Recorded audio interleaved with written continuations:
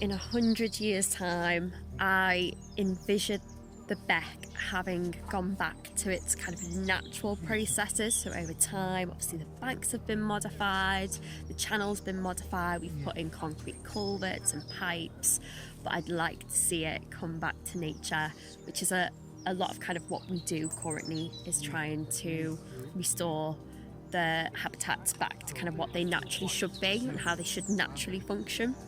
And so in 100 years' time, that's what I think the beck will look like.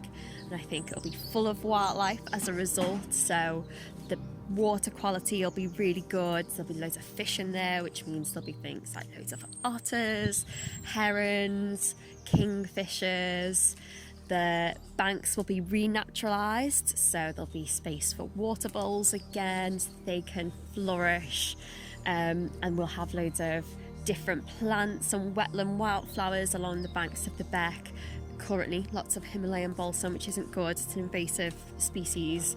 So in 100 years' time, that'll be under control, and there'll be loads of diversity within the banks of our becks. Lots of riparian trees as well, that'd be really nice to have.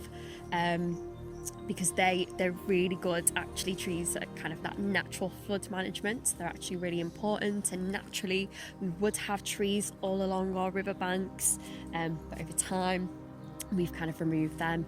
So yeah, things like willows, alders, aspens, things that are quite happy to grow alongside the kind of wetter conditions of the beck. So there'll be lots of healthy tree species growing on the banks of the becks as well, which will mean things like owls can live there. Becks are really good for any kind of linear feature, so becks, rivers, tree lines, for things like bats as well, who'll use them to navigate. So yeah, loads of bats and birds in the area as well, and just very natural, as it would have been kind of thousands of years ago before we started to modify our rivers and our becks. So in 100 years' time, that's what I think the becks will look like.